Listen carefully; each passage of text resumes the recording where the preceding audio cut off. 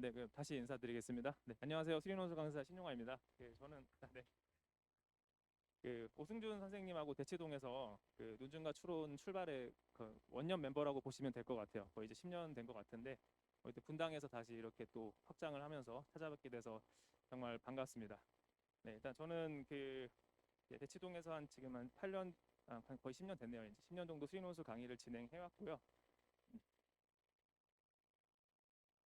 제가 오늘 설명드릴 주제는 수리 논술로 제 수학 공부를 완성하다입니다. 그래서 이제 앞선 선생님들께서 입시적인 내용을 했기 때문에 저는 입시 설명은 따로 안 드리고요. 예, 이제 좀 공부 방법적 그런 방법론적인 측면에서 좀 설명을 좀 드리도록 할게요. 일단 이제 첫 번째 말씀드리고 싶은 거는 일단은 이제 수능 수학이 객관식이잖아요. 그렇죠? 그래서 아무리 문제가 좋아도 아무리 좋은 취지를 가지고 문제를 출제해도 객관식 공부는 역시 한계를 가질 수밖에 없습니다. 그래서 이제 이 수리논술 공부 자체는 이제 주관식이죠.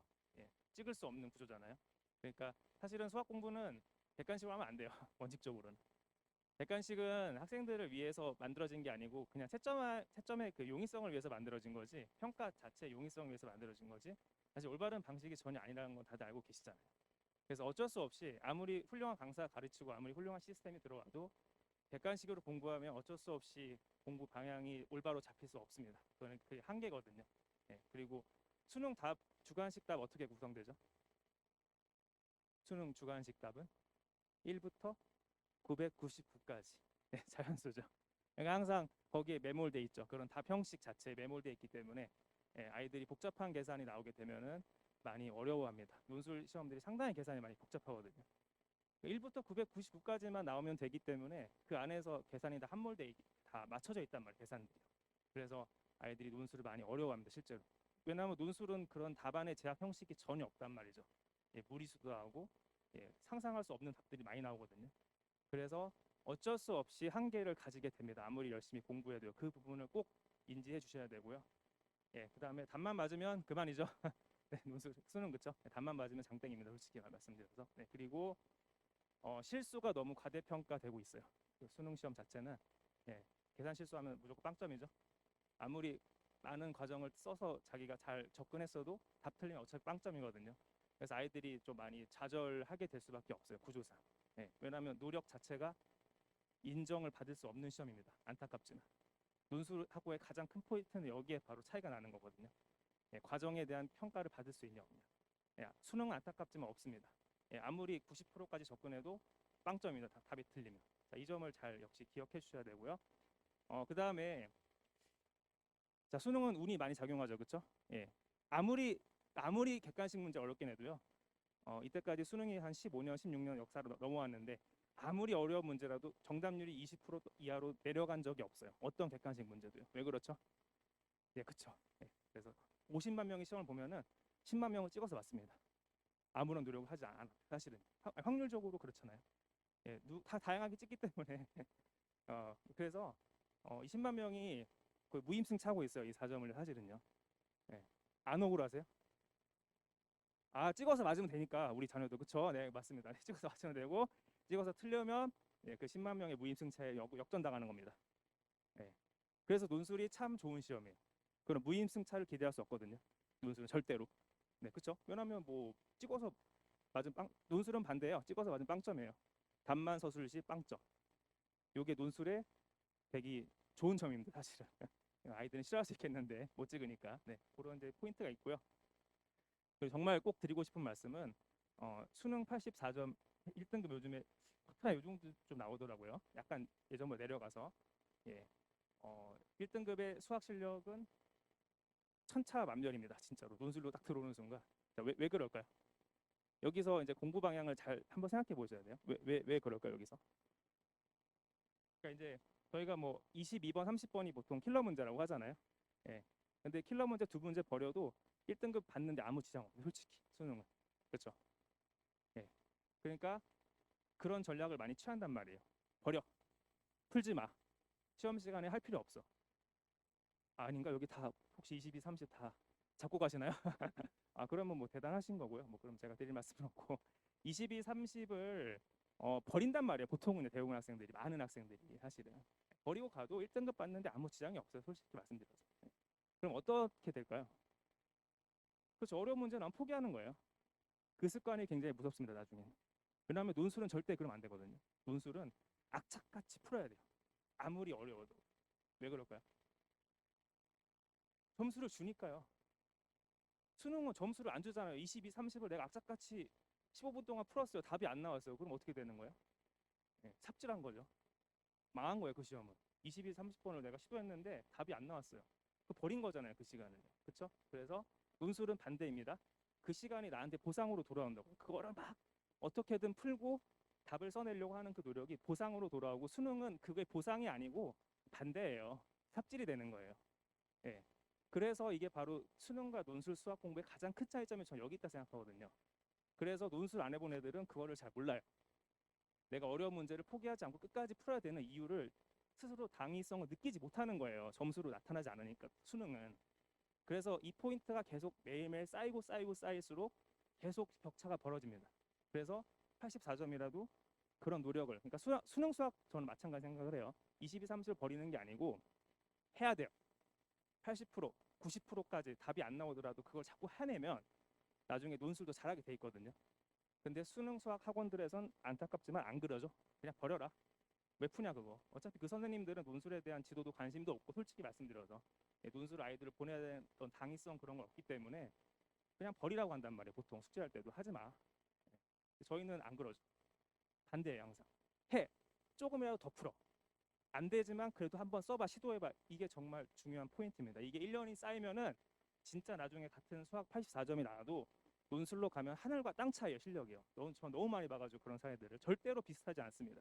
절대로 같은 결과가 나오지 않습니다. 논술 시험 보러 갔을 때는. 수능은 똑같은 대학을 가겠죠. 수능은 이 84점이 똑같은 대학을 간단 말이에요. 실제로. 논술로 가시면 진짜 많이 달라집니다. 그래서 이 포인트 기억하시면서 꼭 준비해줬으면 좋을 것 같고요. 남들한테 설명하라고 이제 얘기를 많이 하는데 설명할 게 없어요. 객관식 공부는 아무리 해봐야 없습니다. 논술로 해야지 이제 이 공부가 이제 서술을 하는 과정 자체가 남들한테 설명하는 거죠, 사실은요. 그렇죠? 그래서 그런 게 이제 이 본질에 가장 가까운 공부가 바로 수인호수 공부라는 걸 좀 말씀드리고 싶고요. 올바로 서술하는 습관 형성도 당연히 될 거고요. 부분 점수가 있죠. 그래서 꼭 부분 점수 원리를 이해하셔야 됩니다. 100점 만약에 20점짜리면은 각 단계별로 점수가 다 배점이 돼 있어요. 실제 채점 기준을 보면은. 그래서 그런 부분 점수를 충실히 따내는 공부가 상당히 중요하고요. 뭐 아까 또 말씀드린 거라서 진짜 어떻게든 한 주라도 더 쓰려고 정말 노력을 해야 돼요. 공부하면서. 그래서 그렇게 하시면 좋고, 그리고 당연히 실수도 많이 좋아지겠죠. 객관식은요, 실수 작게 하고 싶으시면 객관식 절대 풀리시면 안 돼요. 객관식 1, 2, 3, 4, 5가 있으면 아이들이 자꾸 객관식 보기에 의존한단 말이죠. 1부터 999까지의 자연수가 제한되어 있으니까 자꾸 내가 답이 자연수가 안 나오면 틀렸다는 걸 알게 되잖아요. 논술은 그게 없거든요. 틀리면 몰라요. 제한이 없기 때문에 틀리면 알 수가 없어요. 그러니까 조금 더 신중해야 되고 조금 더 꼼꼼하게 해야 돼요. 그래서 제일 안 좋은 게, 저는 검산하는 게 전 제일 안 좋다고 봐요. 그게 수능식 공부 방법이거든요. 검산하는 거. 그거는 검산한다는 거는 답이 제한돼 있으니까 검산이 가능한 거예요. 내가 푼 답이 보기에 없으니까 한번 해볼 수 있는 거잖아요. 근데 논술은 검산이 안 돼요. 틀리면 알 수가 없어요. 어떻게 검산해요, 답을. 그러니까 처음부터 제대로 한 번에 풀어야 되는 그 노력을 정말 해야 되거든요, 논술할 때는요. 실수를 많이 고민하시는데 저는 실수 안 하는 애를 본 적이 없어요. 오히려 반대로. 논술 오잖아요. 정말 개판이거든요, 진짜. 답을 맞는 애가 거의 없어요. 똑바로 계산해서. 그만큼 계산이 쉽지 않아요, 어머니. 그래서 너무 막 그 실수에 노이로제 걸리실 필요 없고요. 대한민국 학생 전부 다 실수합니다. 그 어떤 학생도 실수 안 하는 학생도 없거든요. 그래서 논술 공부를 통해서 그런 실수도 충분히 잡아낼 수 있으니까 그런 거 참고해 주시고, 그다음에 이제 그 교과서 그 증명은 항상 해야 됩니다. 논술의 뭐 기본 자세이기도 하고요. 수능에도 당연히 도움이 될 겁니다. 그래서 이제 수업 시간에는 교과서의 모든 증명은 다 시킬 겁니다. 그래서 오후에 수업 시간에 들어가고, 절대로 강사가 잘 설명하는 걸로 교과서 증명은 끝낼 수는 없습니다. 이걸 반드시 학생들에게 스스로 시키게 해야 되고요. 수능 학원에서는 절대 이거 할 수 없습니다. 필요도 없고요. 수능에는 저런 증명 문제 안 나오기 때문에 절대로 저런 걸 지도할 수 없습니다. 할 필요도 없고요, 솔직히. 그리고 음악 들으면서 10문제 푸는 것보다는요, 그냥 증명 한 문제라도 똑바로 푸는 게 훨씬 낫습니다. 예, 진짜로요. 워낙 뭐 요즘에 전자기기가 많으니까 영혼 없이 뭐 푸는 건 의미가 없고요. 역시 증명을 이제 하면은 사고력이 강화되겠죠. 예, 논리적인 그런 서술 능력이 상당히 좋아집니다. 그래서 이제 이거부터 시작을 하는 겁니다. 수리논술 문제를 먼저 푸는 게 아니고요. 저거가 바로 논술의 시작점입니다. 저거 증명하는 것부터 모든 교과서에 증명을 해야 됩니다. 절대로 스스로 안 합니다. 절대로 안 합니다. 한번 지켜보세요. 아이들 하라고 하면 하는지. 예, 반드시 숙제로 내서 강사 저걸 하드 캐리 해야지만 겨우 할까 말까고 숙제로 내줘도 안 하는 애들이 더 많아요. 예, 그래서 저 부분은 꼭 수업 시간에 제가 해낼 거고요. 그래서 제가 이제 올해는 좀 교과서 증명 핸드북도 만들어서 반드시 교과서에 있는 모든 증명은 스스로 하고 가게 한다. 자, 이게 일단 제 가장 1차적인 목표입니다. 이게 돼야지만 서술이 가능해요. 이게 서술의 가장 기본이란 말이죠. 그리고 출제자는 대학 교수님이죠. 그렇죠? 예. 교수님은 어떤 책을 썼죠? 수학의 정석을 쓰셨나요, 혹시? 아닌가요? 수학의 정석은 누가 썼죠? 홍성대 씨가 썼죠? 교수님이 아닌데. 그래서 그 교과서를 썼잖아요. 교과서를 한 번도 안 보고 논술을 보러 가는 건 말이 안 되잖아요. 그렇죠? 내가 그 그 작가 팬 사인회 가는데 책, 그 책을 읽어보지도 않고 그 작가 팬 사인회 가는 건 똑같은 거죠. 그렇죠? 네. 왜 교과서를 보라고 하냐면은 교과서에는 교수님이 문제를 풀이하는 방향이 다 담겨 있단 말이에요. 그 방향대로 서술을 해주는 게 그 사람이 제일 기쁘지 않겠어요? 안 그래요? 제가 책 저자인데 제 책을 읽고 와서 제 책의 그 내용들을 알고 이해하고 써주면 얼마나 기분 좋겠어요. 그렇죠? 유명 강사의 풀이를 따라 쓰는 게 아니고, 그렇죠? 그래서 이거는 기본 자세라고 생각해 주시면 좋을 것 같습니다. 그래서 교과서의 목차는 암기하셔야 됩니다. 그래서 암기해서 자, 반드시 그 안에서 풀이하는 연습 반드시 해주셔야 되고요. 자, 이런 부분들이 수업에서 다 진행이 될 겁니다. 네. 자, 그래서 이제 제가 좀 드리고 싶은 말씀은 정시 올인 전략은 가장 최악의 전략입니다. 예, 절대로 저겐 전략이 될 수 없어요. 저게 전략이면 학종 내신 아무도 안 하겠죠. 학종 내신 왜 하세요? 아, 학종 내신 여기 아무도 안 하시는구나. 아, 네. 아, 내신 버리셨군요. 네, 좋습니다. 네, 그래서 불안하니까 정시가 불안하니까 그렇잖아요, 사실은요. 예, 하루에 모든 걸 걸기에는 불안하죠, 사실은. 그렇죠? 그러기도 하고 또 사실 어떤 결과 학종이라는 어떤 정해진 어느 정도 예측 가능한 그 범위 안에서 움직이고 싶으신 거기도 하고요. 그렇죠? 예, 정시나 논술은 좀 예측 가능성이 너무 좀 불확실하잖아요, 사실은. 그렇죠? 예, 그래서 이제 하시는데 저는 좀 질문 드리고 싶어요. 학종 내신도 안 하는 친구들은 왜 도대체 논술 안 하는 거죠, 그럼? 아니, 남들은 학종도 챙기고 내신도 챙기고 수능도 챙기면서 바빠 죽겠는데 왜 본인은 혼자서 아무것도 안 하고 논술 올인 저기 정시 올인을 하고 있냐고요. 제 말씀은 뭐하게 바쁘냐고요. 전교 1등은 저거 다 하고 있는데 지금 그렇잖아요. 학종도 챙기지 내신 챙기지 학교에서 하는 숙제 다 열심히 하지 뭐 학교에서 하는 활동 다 참여하지 그렇게도 하고 수능도 잘 봐요. 걔네들은 또 그렇잖아요. 현실은. 근데 왜 도대체 공부를 안 하냐고요. 왜 정시에 올인하냐고요. 너무 답답해 죽겠어요. 저는 왜 시간이 없어요. 네, 그럼 잠을 뭐 3시간만 자고 공부를 해야지. 그러면 시간이 없으면 그렇잖아요.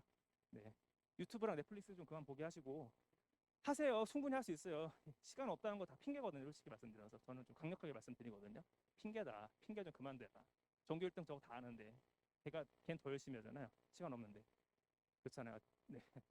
그래서 자, 왜 이게 위험하냐면 내신의 부재가 생기면은 학통기하 부재로 반드시 이어집니다. 내신 안 시키자 절대로 학생들에게 동조하시면 안 돼요. 네, 내신 너 하지 마. 정시만 열심히 해. 절대 안 됩니다. 학통기하 부재로 이어집니다. 학통기하 안 하잖아요. 다 버리잖아요. 네, 그러면서 학통기하 부재 이어지면서 논술 결국에 못하게 됩니다. 자, 그래서 반 내신 챙겨 주시고요.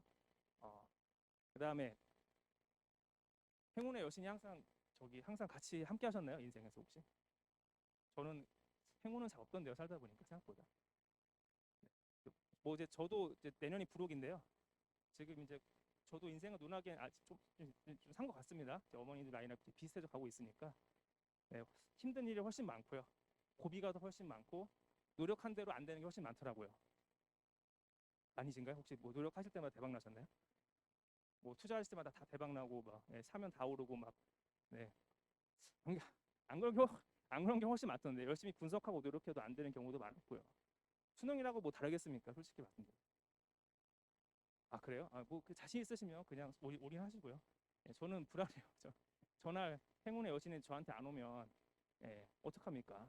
예, 망하면 어떡해요? 뭐 망하라고 말씀드리는 게 아니고 뭐 그럴 수도 있으니까 꼭 보험책으로 논술을 해주시면 좋을 것 같습니다. 그래서 어쨌든 정시는 한 번이잖아요. 그날 하루에 모든 걸 거는 거고 논술은 6번이 있으니까 그거에서 이제 충분한 기회를 만들어낼 수 있다. 준비가 돼 있어야지만 가능한 얘기겠죠. 그래서 제가 커리큘럼 말씀드리면은 저는 조금 특이하게 합니다. 다른 선생님들은 다 수원수도 미적하는데 저는 좀 세게 갈게요. 처음부터 학통 기하부터 시작합니다. 바로 어차피 미적은 그 나중에 완성이 돼서 뭐 미적을 빨리 해도 크게 뭐 도움 제 생각은 미적을 빨리 하는 것보다는 차라리 수능에 들어가는 수능이 아니죠. 논술이죠. 논술에 들어가는 학통 기하를 초반에 미리 하겠습니다.